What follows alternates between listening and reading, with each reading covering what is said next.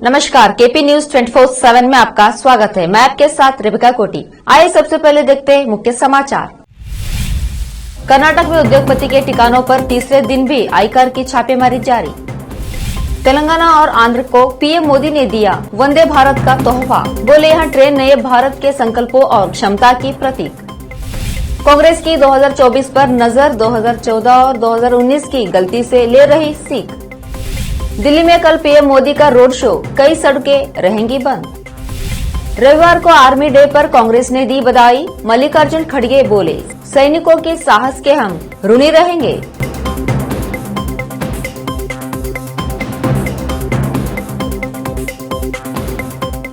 अब समाचार विस्तार से। कर्नाटक रेड आयकर विभाग के अधिकारियों ने रविवार को तीसरे दिन भी बेल्लारी में उद्योगपति कैलाश व्यास के कारखाने और संपत्तियों पर छापेमारी जारी रखी। कैलाश व्यास परिवहन मंत्री बी के श्रीरामुलु करीबी माने जाते हैं। बेंगलुरु, बेल्लारी और कोप्पल में एक साथ छापेमारी जारी रखने के लिए अधिकारी तीसरे दिन भी बेल्लारी में तैनात थे और फैक्ट्री, फ्लैट और घरों की तलाशी ली जा रही थी। छापेमारी उन कार्यालयों पर भी की जा रही है जहां कैलाश व्यास भागीदार है। बेंगलुरु और चेन्नई के 15 सदस्यों की आईटी टीम छापेमारी कर रही है। प्रधानमंत्री नरेंद्र मोदी ने रविवार सुबह सिकंदराबाद विशाखापट्टनम वंदे भारत एक्सप्रेस को हरी झंडी दिखाई। वहां इस कार्यक्रम के वर्चुअली शामिल हुए। पीएम मोदी ने कहा कि उत्सव के इस माहौल में आज तेलंगाना और आंध्र प्रदेश को शानदार तोहफा मिल रहा है। वंदे भारत एक्सप्रेस एक तरह से तेलंगाना और आंध्र प्रदेश की साझा संस्कृति और साझा विरासत को जोड़ेगी। इस मौके पर प्रधानमंत्री मोदी ने कहा, आज आर्मी डे भी है। हर भारतीय को सेना पर गर्व है। राष्ट्र और उसकी सीमाओं की सुरक्षा के लिए भारतीय सेना का योगदान, इसकी वीरता अद्वितीय है। पीएम नरेंद्र मोदी ने वंदे भारत प्रोजेक्ट को निर्भरता की मानसिकता से निकलकर आत्मनिर्भरता की ओर बढ़ने वाले भारत की सच्ची प्रकृति बताया। उन्होंने कहा कि वंदे भारत ट्रेन भारत में डिजाइन और भारत में बनी, ये है हमारे देश की ट्रेन। प्रधानमंत्री नरेंद्र मोदी ने कहा कि वंदे भारत ट्रेन नए भारत के संकल्पों और क्षमता की प्रतीक है। यह उस भारत का प्रतीक है जो तेजी से बदलाव की राह पर चल पड़ा है। एक ऐसा भारत जो अपने सपनों और आकांक्षाओं को पूरा करने के लिए बेचैन है। वह भारत जो अपने लक्ष्यों को तेजी से हासिल करना चाहता है।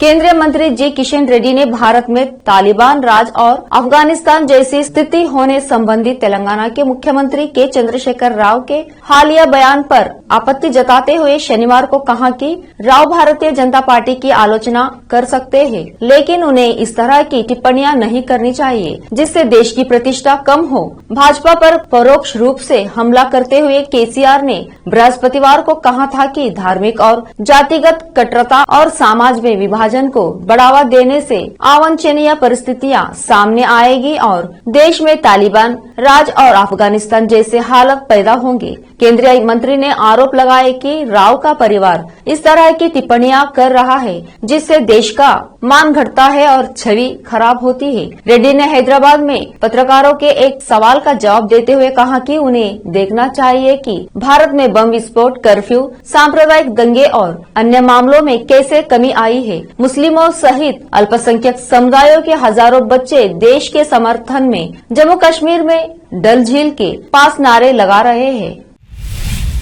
मकर संक्रांति का पर्व देश की विभिन्न तारीखों के नामों पर परंपराओं के साथ मनाया जाता है। दक्षिण भारत में इसे पोंगल कहते हैं। ये त्योहार 4 दिनों तक मनाया जाता है। इस दौरान जल्ली कट्टूट खेल का आयोजन भी किया जाता है। जल्ली कट्टूट तमिलनाडु के ग्रामीण इलाकों का एक परंपरागत खेल है जो हर साल पोंगल त्योहार का आयोजित होता है। जल्ली कट्टूट खेल में सभी एहतियात बरतने के बावजूद भी कई लोग घायल हो गए हैं। अवनियापुरम में जल्ली कट्टूट कार्यक्रम में 19 लोग घायल हो गए हैं और 11 लोगों को आगे की इलाज के लिए मदुरई के सरकारी राजाजी अस्पताल भेजा गया है। चुनाव दर चुनाव एसीसी और एसटी सीटों पर मिल रही हार ने कांग्रेस को चिंतित कर दिया है और उसे लगता है कि आरक्षित सीटों पर नहीं जीतना ही उसके खराब चुनावी प्रदर्शन का मुख्य कारण है। इसके लिए देश की सबसे पुरानी पार्टी ने 2019 के लोकसभा चुनाव में हारे 121 में से 56 आरक्षित सांसदीय क्षेत्रों को अगले आम चुनाव में ध्यान केंद्रित करने के लिए शॉर्ट लिस्ट किया है। अपने नेतृत्व विकास मिशन के तहत कांग्रेस SC, ST, OBC और अल्पसंख्यक बहुल सीटों पर ऐसे व्यक्तियों की पहचान करना चाहती है जिनके पास पार्टी की मदद करने के लिए उचित कौशल और जनाधार हो। लोकसभा चुनाव 2024 में अब बहुत कम समय बचा है। कांग्रेस पार्टी ने समन्वय के लिए नेतृत्व विकास मिशन प्रशिक्षण शुरू कर दिया है और इसे जल्द ही लॉन्च कर दिया जाएगा। लेते एक छोटा सा ब्रेक। हिंदुस्तान के हर कोने में हम हैं मौजूद। 24 घंटे हालात पर गहरी नजर, खबरों से जुड़े चुपते सवालात और आपको दिखाता है धार्मिक, सामाजिक, राजनीतिक, लोकल और इंटरनेशनल न्यूज की सबसे बेहतर कवरेज जो आपको रखती है हर पल बाखबर। देश और दुनिया भर की खबर के लिए देखते रहें केपी न्यूज 24/7।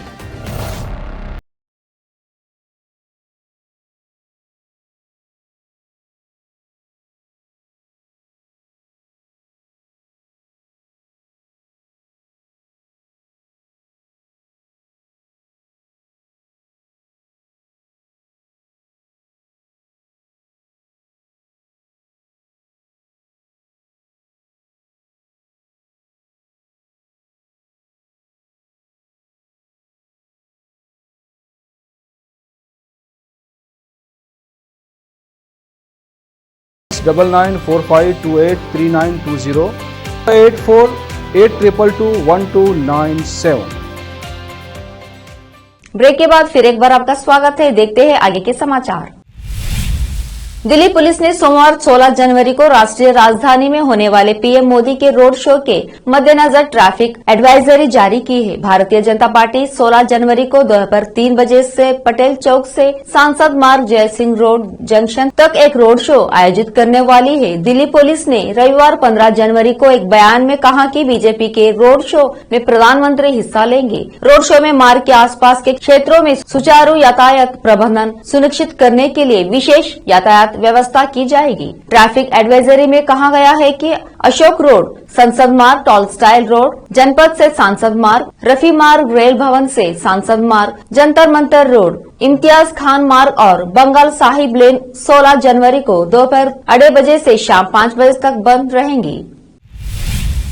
केंद्रीय मंत्री और बीजेपी सांसद मेनका गांधी ने 2024 लोकसभा चुनाव की तैयारी शुरू कर दी है। वो गांव-गांव घूम रही है। उन्होंने कहा संसदीय क्षेत्र सुल्तानपुर में आगे के चुनावी कार्यक्रम का रोड मैप भी शेयर किया है। उनकी तैयारी से ये साफ हो गया है कि वो लोकसभा चुनाव में सुल्तानपुर सीट से ही सियासी ताल ठोकेंगी। उन्होंने बताया कि वो 4 सालों में 1100 गाँवों का दौरा कर चुकी है। हालांकि उन्होंने ये भी कहा कि वो एक दिन में 70 मीटिंग नहीं कर सकती। संसदीय क्षेत्र सुल्तानपुर के दौरे पर उन्होंने अपने चुनावी कार्यक्रम की रूपरेखा भी रखी है। वो फिलहाल 3 दिन के लिए सुल्तानपुर पहुंची है। मेनका गांधी ने इस दौरे के दौरान कहा कि चुनाव के लिए ये उनका आखिरी साल है। उन्होंने कहा, मैं चाहती हूं कि आखिरी समय में ज्यादा भाग दौड़ न हो। बेहतर होगा कि सभी गाँवों के जो 15-20 मुखिया लोग होते हैं उनके साथ बातचीत करते हुए चुनाव की तैयारी करें। रामपुर मिल्क पुलिस और गांव तस्करों के बीच मुठभेड़ के दौरान जवाबी फायरिंग में पुलिस ने 2 गांव तस्करों के पैर में गोली मारी और गिरफ्तार कर लिया। मिल्क पुलिस ने मौके से जायलो गाड़ी, अवैध तमंचे, जिंदा कारतूस भी बरामद किए। मिल्क प्रभारी निरीक्षक चेकिंग कर रहे थे, तभी जायलो गाड़ी में बैठे 4 गो तस्कर गोवध करने जा रहे थे। पुलिस ने रोका तो गो तस्करों ने पुलिस पर फायरिंग कर दी, जिसके जवाबी फायरिंग में पुलिस ने 2 गो तस्करों को गोली मारकर घायल कर दिया और 2 तस्कर मौके से भागने में कामयाब हो गए। पुलिस ने 2 घायल तस्करों के खिलाफ कानूनी कार्रवाई की। रामपुर से केपी न्यूज के संवाददाता नाजिम अली की रिपोर्ट। थाना मिल्क पुलिस की गौ तस्करों के साथ मुठभेड़ हुई है, क्या है पूरा मामला? मिल्क और उसके आसपास के थाना क्षेत्रों में 1-2 घटनाएं गोकशी की हुई थी, जिसमें ये तथ्य प्रकाश में आया था कि जो गोकस हैं उनके पास वाहन है। वो वाहन में बाहर से पशुओं को बांध कर लाते हैं और यहाँ पर सड़क के किनारे गोकशी करते हैं।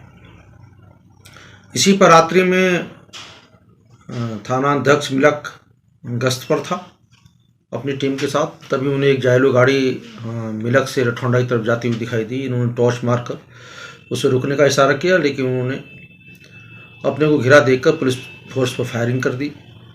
पुलिस ने जवाबी फायरिंग की, जिसमें 2 अभियुक्त मौके पर घायल होने के कारण गिरफ्तार हो गए। जिन 2 अभियुक्तों के पैर में गोली लगी, उनका नाम शेर जमा पुत्र सरदार और बाबू बच्चा पुत्र। आज 15 जनवरी को भारतीय सेना दिवस मनाया गया। यह दिन भारत के इतिहास में गौरवपूर्ण मौका होता है। तमाम राजनेताओं ने आज सेना को बधाई दी। कांग्रेस अध्यक्ष मल्लिकार्जुन खड़गे ने भी सैनिकों, पूर्व सैनिकों और उनके परिवारों को शुभकामनाएं दी। खड़गे ने कहा कि भारतीय सेना के जवानों के अदम्य साहस, अत्यधिक समर्पण और निस्वार्थ बलिदान को कभी नहीं बुलाया जा सकता है। उन्होंने ट्वीट किया कि भारतीय सेना दिवस के अवसर पर हम हमारे बहादुर सैनिकों, दिग्गजों, पूर्व सैनिकों को सलाम। देश हमेशा आपके अदम्य साहस, अत्यंत समर्पण और निस्वार्थ बलिदान के ऋणी रहेंगे। प्रकृति अपने अंदर कई रहस्य छिपाए हुए हैं जो समय समय पर दुनिया के सामने आते रहते हैं, जिन्हें देखने के बाद कई बार खुद की ही आंखों पर यकीन कर पाना मुश्किल हो जाता है। हाल ही में एक ऐसा ही वीडियो इंटरनेट पर वायरल हो रहा है जो अजरबैजान का बताया जा रहा है। यूँ तो दुनिया में बहुत सी ऐसी अजीबोगरीब जगह है जिनके बारे में कई लोगों को तो आज तक पूरी जानकारी नहीं है। ऐसी ही एक जगह अजरबैजान जैसे लैंड ऑफ फायर के नाम से जाना जाता है। यहाँ कई ऐसी जगह है जहाँ अपने आप आग लग जाती है। हाल ही में इसी जगह का एक वीडियो सोशल मीडिया पर हर किसी का ध्यान अपनी ओर खींच रहा है। पहाड़ी से उठती इस आग को स्थानीय भाषा में यानर डाग कहा जाता है, जिसका अर्थ जलती हुई पहाड़ी है। वायरल हो रहे इस वीडियो में देखा जा सकता है कि कैसे पहाड़ के निचले हिस्सों पर लगातार आग चल रही है। आखिर में फिर एक बार देखते हैं मुख्य समाचार। कर्नाटक में उद्योगपति के ठिकानों पर तीसरे दिन भी आयकर की छापेमारी जारी। तेलंगाना और आंध्र को पीएम मोदी ने दिया वंदे भारत का तोहफा। बोले यह ट्रेन नए भारत के संकल्पों और क्षमता की प्रतीक। कांग्रेस की 2024 पर नजर, 2014 और 2019 की गलती से ले रही सीख। दिल्ली में कल पीएम मोदी का रोड शो, कई सड़कें रहेंगी बंद। रविवार को आर्मी डे पर कांग्रेस ने दी बधाई। मल्लिकार्जुन खड़गे बोले सैनिकों के साहस के हम ऋणी रहेंगे।